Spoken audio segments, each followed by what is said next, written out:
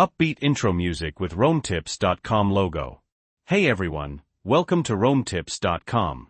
Today, we're going to quickly show you how to change your default homepage in Safari on your Mac.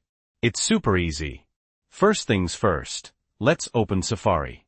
Alright, once it's open, go up to the top left-hand corner of your screen and click on Safari. In the drop-down menu, select Settings. Okay, now make sure you're on the General tab. It should be at the top. You'll see an option labeled Homepage. Here's where you can type in the URL of the website you want as your new homepage. Alternatively, if you're already on the page you want, just click Set to Current Web Page. Boom! Your new homepage is set. But wait, there are a couple more settings we can tweak to make accessing your homepage even easier. Look at the Safari Opens with option. By default, it's probably set to all windows from last session. You can leave it like that, or choose from the other options. I'm going to stick with the default for this example. Next, find the new Windows Open with setting. By default, it's on Start Page.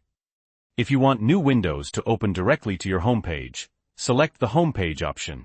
And finally, check out New Tabs Open With. Again, it's likely set to Start Page by default. But guess what? You can change this to Homepage too, if you want new tabs to open on your chosen page. Alright, we're all set. Go ahead and close the Safari settings. Now the next time you open Safari, click the Home button, or open a new tab. It'll take you straight to the homepage you just selected. And that's it. Pretty simple, right? I hope this was helpful. Slight pause. If you found this video useful, please give it a like. And if you have any questions or comments, feel free to leave them down below. Also, links to any helpful resources mentioned are in the description. And don't forget to subscribe to RoamTips.com for more quick and easy tech tips. Thanks for watching. Outro musique with RoamTip.com logo and social media links.